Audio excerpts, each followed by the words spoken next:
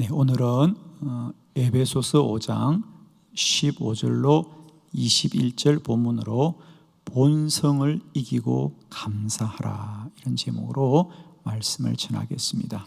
오늘 에베소서 5장 20절에 보면 항상 감사하라 그랬습니다. 항상 감사하라. 물론 성경은 오늘 본문뿐 아니라 많은 성경에서 범사에 감사하라, 항상 감사하라, 모든 일을 감사하라, 언제나 감사하라, 오히려 감사하고 넘치게 감사하라, 감사하라고 합니다. 많은 분들은 물론 감사를 하지만 우리가 살면서 모든 일을 감사하는 것은 어려워합니다. 그렇습니다. 우리가 기쁘고 즐거운 일들, 또 우리에게 유익한 일들은 감사가 되지만 때로 원치 않는 어려움과 고난을 당하였을 때도 여전히 감사한다는 것은 우리에게 어렵습니다. 그러나 우리가 다시 한번 기억해야 될 것은 성경이 우리에게 하시는 말씀은 우리가 지킬 수 있는 말씀입니다. 물론 쉽지는 않고 어렵지만 성경은 우리가 할 수 없는 것을 하라고 하지는 않을 겁니다. 그죠? 우리가 할 수 있기 때문에 하라고 하는 거죠. 그러면 범사에 감사하라는 말씀도 불가능한 것이 아니라는 거죠. 우리가 할 수 있는 말씀이고, 두 번째로는 성경이 우리에게 하라고 하면 그 말씀은 우리에게 복된 말씀이다. 물론 우리는 그것이 쉽지 않지만 그 말씀이 우리에게는 축복의 말씀이다. 그렇습니다. 그런데 왜 우리는 이렇게 우리가 할 수도 있고 또 행하면 우리에게 복이 되는 이 말씀을 우리가 지키는 것이 어려울까? 그래서 우리는 내가 좀 더 열심히 해야 되겠다, 내가 좀 더 마음을 다지고 결심해야 되겠다고 생각합니다. 그러나 우리가 다시 분명하게 아셔야 될 것은 우리가 하나님 앞에 감사를 하지 못하는 것은 우리의 의지가 부족하거나 우리의 결심이 부족한 게 아니라는 겁니다. 우리가 감사해야 되겠다고 늘 말씀을 듣고 생각을 하지만 그럼에도 불구하고 우리가 감사할 수 없는 것은 우리의 본성이 부정적이기 때문이다.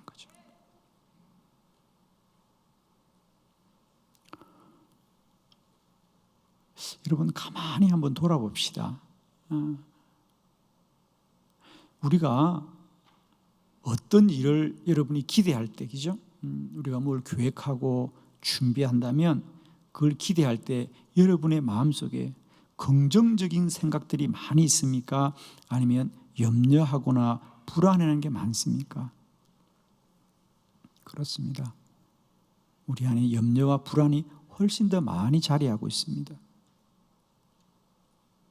우리가 어두운 밤길을 가다가 낯선 사람을 만나면 어두운 길에 함께 갈 수 있는 게 반갑고 고맙고, 이분이 나의 든든한 동행자겠다라고 생각해야 되는데 우리는 부정적인 생각이 앞섭니다.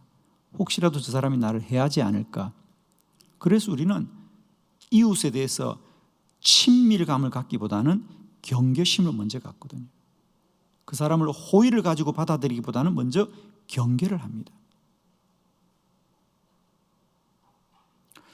어딘가에서부터 급한 연락이 오면 우리는 좋은 소식이 있구나 그러고 얼굴을 환하게 하고 받기보다는 또 무슨 일이 생겼을까 걱정이 앞섭니다. 그죠? 근무 시간에 직장의 상사가 찾는다는 연락을 받으면 우리는 아이고 내게 무슨 좋은 일이 생겼을까라고 긍정적인 생각을 갖기보다는 또 무슨 사고가 났나, 그 부정적인 생각이 우리에게 앞선다는 거죠. 그죠? 그와 같이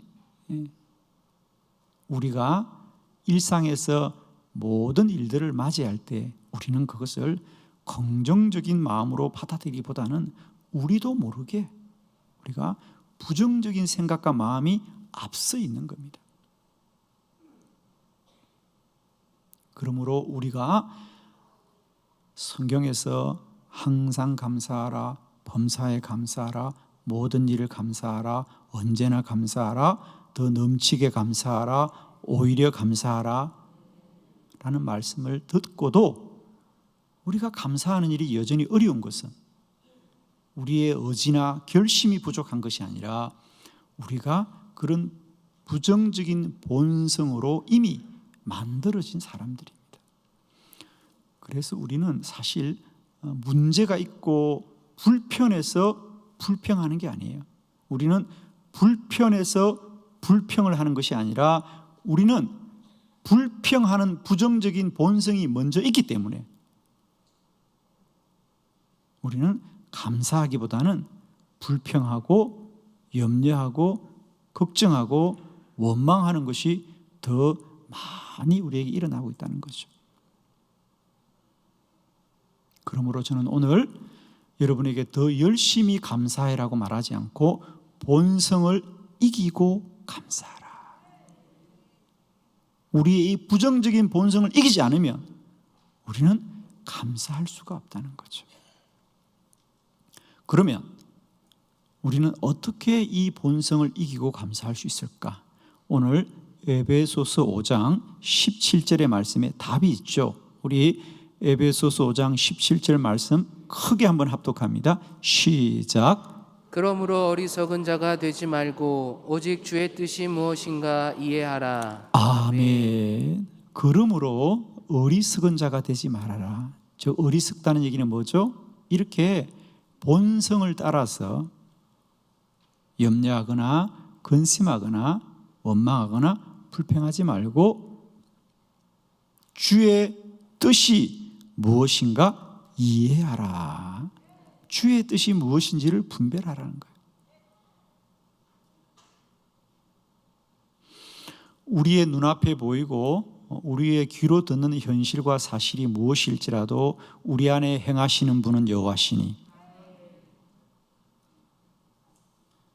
우리의 주인은 여호와시니 우리 삶은 주께 속하였으니 우리 구원은 주께로 임할 것이니 주님이 우리를 복되게 하실 것이다. 성경 로마서 8장 28절에 우리가 알거니와 하나님을 사랑하는 자 곧 그의 뜻대로 부르심을 입은 자들에게는 모든 것이 합력하여 선을 이루느니라. 하나님을 사랑하고 그의 뜻대로 부르심을 입은 자들은 모든 것이 합력하여 선을 이룹니다. 그 모든 것에는 기쁘고 즐거운 일도 있지만 때론 고난과 환난도 모든 일에 속하는 겁니다. 그러나 그 모든 일이 합력하여서 결국은 선을 이루느니라. 오늘 우리가 힘들고 어렵다고 말하는 이 현실 속에도 하나님은 일하시고 모든 것을 합력하여 선을 이루게 하는 하나님이신 거죠. 그러므로 오늘도 우리는 우리가 눈으로 보고 귀로 듣는 이 현상과 사실을 이기고 오직 하나님이 이루실 뜻을 이해하고 깨달아 분별하였어 더 감사하고 감사하는 본성을 이기고 모든 일을 감사할 수 있는 놀라운 은혜가 저와 여러분 가운데 있기를 축원합니다.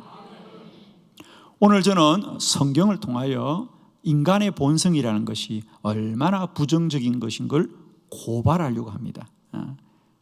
성경의 많은 믿음의 사람들도 그들의 육신은 늘 이런 부정적인 본성에 매여 있더라.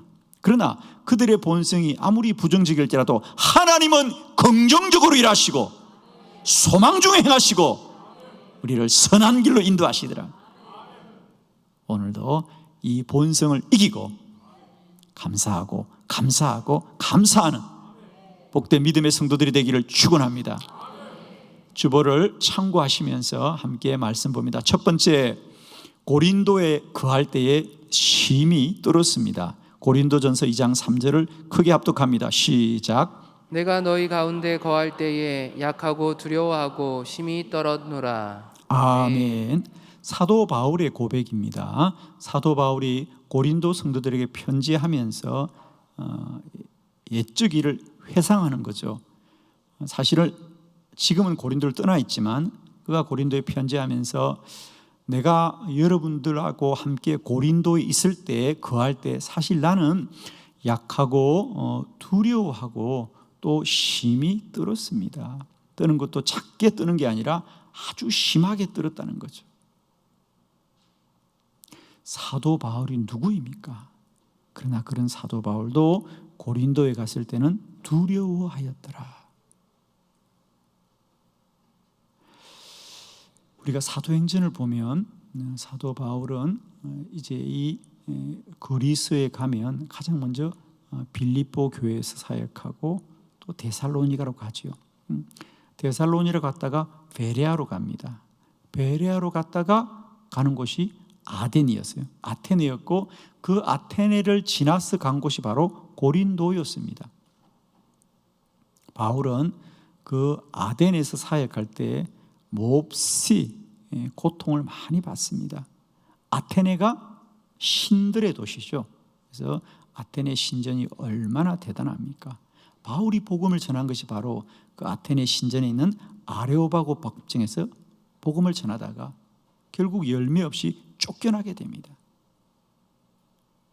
그래서 그는 고린도에 목적을 두고 간 것이 아니라 아덴에서 쫓겨나 고린도로 갔으니까 내가 여러분에 갔을 때 나는 몹시 약하고 두려워하고 떨었다고 하는 것이죠.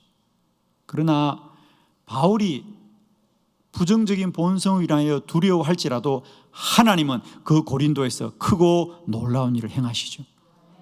사도행전 18장 1절로 2절 우리가 말씀으로 한번 들어가 봐요. 고린도에서 어떤 일이 일어났는가 우리 한 절씩 교독해요. 1절 그 후에 바울이 아덴을 떠나 고린도에 이르러 아굴라라 하는 본도에서 난 유대인 한 사람을 만나니 글라우디오가 모든 유대인을 명하여 로마에서 떠나라 한 고로 그가 그 아내 브리스길라와 함께 이달리아로부터 새로 온지라 바울이 그들에게 가매. 아멘.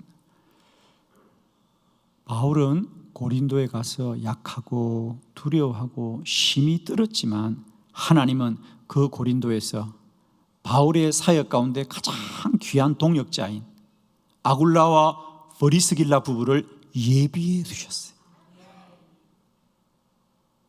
그리고 그 고린도에부터 바울은 더 이상 홀로 가지 않고 아굴라와 브리스길라 부부와 동역하면서 더 힘있게 복음을 전하였습니다.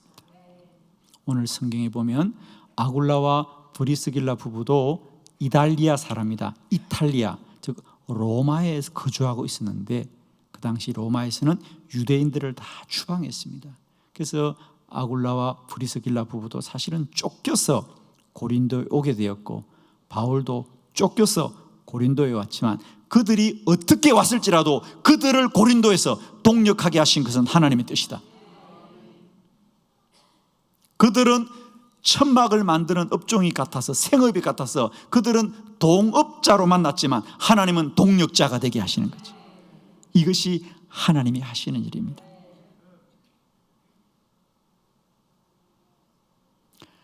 모든 것이 합하여 선을 이루는 하나님의 일하심이 오늘도 저와 여러분과 함께 할 줄 믿고 이제는 두려워하는 본성을 이기고 하나님 감사합니다. 하나님 감사합니다. 하나님 감사합니다. 믿음으로 승리하시기를 축원합니다. 두 번째, 마리아가 슬퍼서 울었습니다. 요한복음 11장 32절로 33절을 교독합니다. 32절 마리아가 예수 계신 곳에 가서 배웠고 그 발 앞에 엎드려 이르되 주께서 여기 계셨더라면 내 오라버니가 죽지 아니하였겠나이다 하더라. 예수께서 그가 우는 것과 또 함께 온 유대인들이 우는 것을 보시고 심령의 비통이 여기시고 불쌍히 여기사. 아멘. 마리아가 슬퍼서 울더라 그래요. 우리도 인생을 살다 보면 밀려오는 슬픔을 더 이상 견딜 수 없어서 울며 밤을 지샐 때가 많이 있습니다. 그러나 사랑하는 성도 여러분, 이제는 우리가 울어야 될 때도 감사하는 믿음이 있기를 원합니다. 오늘 본문에 보면 마리아가 왜 우느냐 하면 그의 오라버니 나사로가 죽어서 이제 장례를 치릅니다. 그러면서 오늘 마리아가 그런 얘기를 합니다. 예수님이 오셨잖아요. 그럼 반가이 맞이해야 되는데 오히려 주님을 맞이하는 그의 말이 좀 이렇게 서운한 감정이죠. 주님이 계셨더라면 저희 오라버니는 결코 죽지 않았을 것입니다. 완곡하게 말하지만 그 안에는 주님을 향한 원망이 있죠. 우리가 요한복음 11장을 전체적으로 보면 사실은 나사로가 죽기 전에 그가 병 들었을 때에 마르다와 마리아는 주님께 청하였습니다. 저희 오라버니가 죽게 되었습니다. 그런데 이상하게도 예수님은 곧장 나사로에게로 달려가지 않으시고 오히려 예루살렘으로 가시더라. 그리고 사흘이 지나 나사로가 죽었다는 소식을 듣자 주님은 오히려 이제 가자 그럽니다. 내가 잠든 그를 깨우겠다 그래요. 사람들의 생각은 아픈 자를 고치는 게 쉽지 죽은 자를 살리는 건 불가능하다고 사람은 생각하지요. 지금 주님은 나사로를 살리기 위해 오신 분입니다. 그런데 마리아는 뭐라 그래요? 주님이 좀 더 일찍 오셨더라면 저희 오라버니가 죽지 않았을 겁니다. 주님이 자신들을 돕고 나사로를 살리고 오신 이 자리에서도 우리의 본성은 부정적일 수밖에 없다는 거죠. 주님이 나를 도우시려고 나사로를 살리려고 이곳에 찾아왔음에도 불구하고 인간의 부정적인 본성은 여전히 눈물을 흘리고 슬퍼하는 겁니다. 사랑하는 성도 여러분, 우리는 인간이기에 이런 부정적인 본성에 있을 수밖에 없어도 이제 믿음으로 깨닫기를 원합니다. 내게 슬픈 눈물이 그칠지 않을 때도 기억합시다. 주님은 나를 도우시는 분이고 주님은 나의 이 슬픔을 변하여 기쁨이 되게 하실 것이다. 우리는 오늘 본문을 잘 알고 있습니다. 주님이 이 집에 죽음을 슬퍼하고 위로하려고 오신 게 아닙니다. 나사로를 살리기 위해 오셨습니다. 오늘도 우리가 아는 현실은 슬픔에 겨워 통곡할 수밖에 없는 현실일지라도 우리는 오늘도 주님이 나와 함께 하심을 믿으시고 주님으로 말미암아 감사하는 은혜가 있기를 축복합니다. 기억하십시오. 마리아는 본성적으로 슬퍼하는 겁니다. 오라버니가 죽었다는 현실 앞에 본성적으로 슬퍼할지라도 주님은 그 나사로를 살리려고 오신 거 아니겠습니까? 우리가 내가 아는 것으로 슬픔에 겨워 어찌할 바를 모를지라도 주님의 발자국 소리를 들으시고 주님이 내 앞에 임박하심을 믿으시고 주님의 행하심을 믿으시고 감사합니다. 오늘 시간 눈물을 그치시고 슬픔을 멈추시고 감사합니다. 모든 일에 감사하는 은혜가 있기를 축원합니다. 세 번째, 제자들이 두려워하였습니다. 마가복음 4장 37절로 39절을 교독합니다. 37절, 큰 광풍이 일어나며 물결이 배에 부딪혀 들어와 배에 가득하게 되었더라. 예수께서는 고물에서 베개를 베고 주무시더니 제자들이 깨우며 이르되 선생님이여 우리가 죽게 된 것을 돌보지 아니하시나이까 하니 예수께서 깨어 바람을 꾸짖으시며 바다들을 이르시되 잠잠하라 고요하라 하시니 바람이 그치고 아주 잔잔하여 지더라. 아멘. 제자들이 두려워하였습니다. 제자들과 예수님이 갈릴리 호수를 이제 배를 타고 건너가고 있었습니다. 배에 물이 가득하게 되었습니다. 아마 주님은 피곤하셔서 잠깐 잠이 드셨습니다. 제자들이 예수님을 깨우며 주여 우리가 죽게 되었나이다. 우리가 죽게 되었나이다.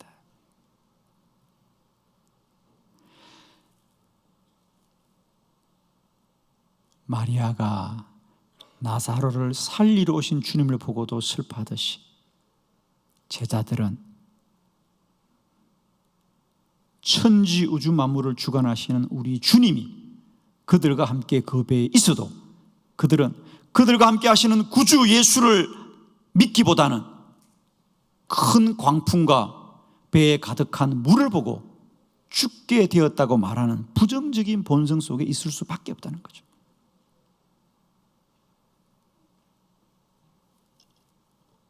우리는 주님을 만나기만 하면 우리의 문제가 해결될 거라고 생각하지만 성경을 보십시오.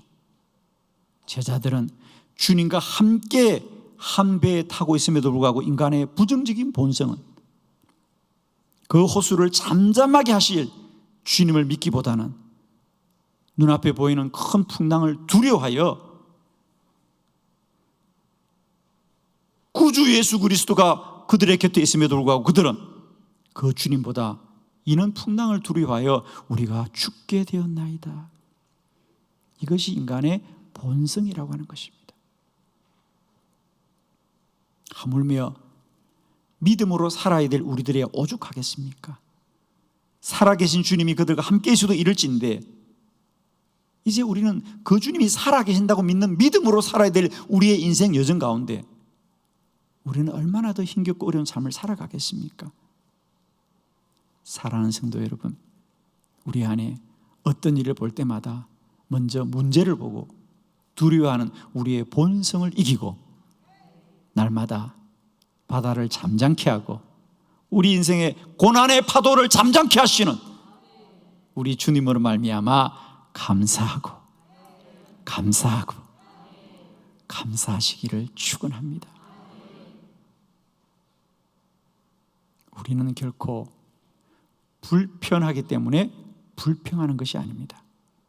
우리의 본성이 부정적이기 때문에 우리는 주님이 나와 함께해도 두려워하는 존재들입니다. 날마다 때마다 우리의 현상과 사실이 아무리 힘들고 어려울지라도 우리는 모든 일이 합력하여 선을 이루게 하시는 우리 주님을 믿는 믿음으로 말미암아 감사하기를 축원합니다. 네 번째, 수넴 여인이 원망하였습니다. 열왕기하 4장 28절의 본문이죠. 우리 한번 크게 합독합니다. 시작. 여인이 이르되 내가 내 주께 아들을 구하더이까 나를 속이지 말라고 내가 말하지 아니하더이까 하니. 아멘. 수넴 여인에게 아들이 있었는데 그 아들이 어느 날 들에서 아버지와 일을 하다가 그만 숨을 거두고 맙니다. 그러자 여인은 선지자를 찾아와 선지자여 저의 아들이 죽었나이다 살려주십시오 간청을 하는 것이 아니라 나를 속이지 말라고 내가 말하지 아니하더이까. 왜 나를 속이십니까? 왜 나를 속이십니까?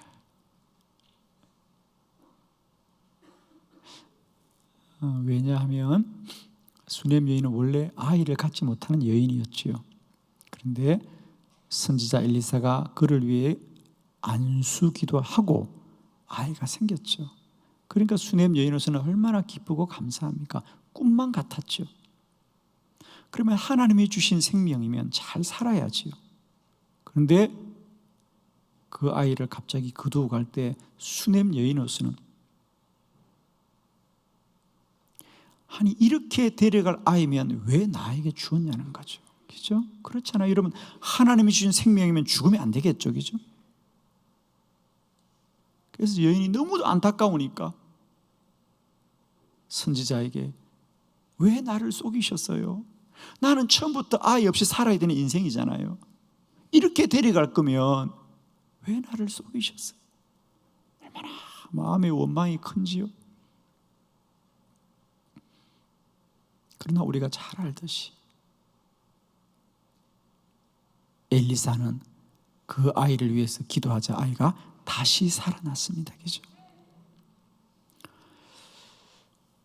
수넴 여인은 이미 한번 하나님의 큰 능력을 경험한 사람이지 않겠어요? 오랫동안 아이를 갖지 못했고, 그런데 선지자가 그를 위해서 기도해 주자 없던 아이가 생겼잖아요.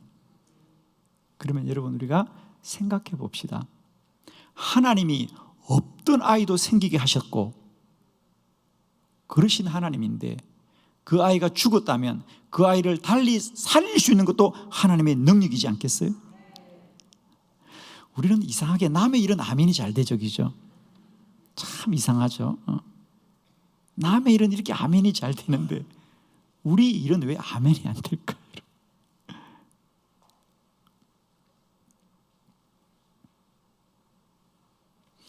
주님이 행하시는 일을 잘 이해하시기를 바랍니다. 어리석게 행하지 마시고요, 주님이 하신 일을 잘 이해하시기를 바라요. 우리가 곰곰이 생각해 보면, 내가 아이가 없을 때도 하나님은 아이를 갖게 하신 놀라운 분이신데, 그 아이가 죽은 걸 살리는 거야 하나님께서는 얼마나 쉬운 일이겠습니까마는, 우리는 그런 믿음으로 소망하기보다는 마음에 원망이 먼저 들어오는 것은 본성의 문제입니다.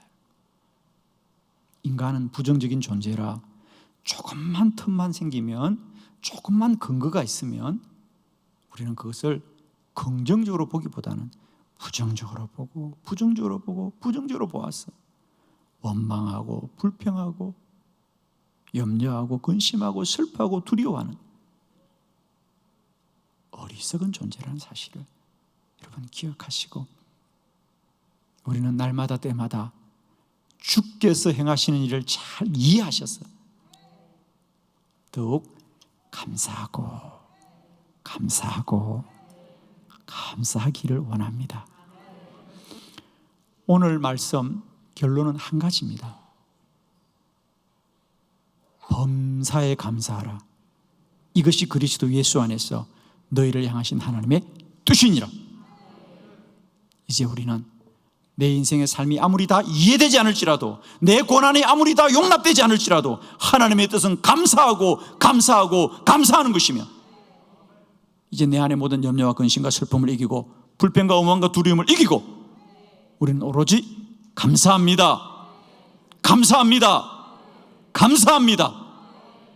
믿음으로 선포하여 더 큰 감사의 복이 누려지시기를 그리스도 예수 이름으로 축원합니다.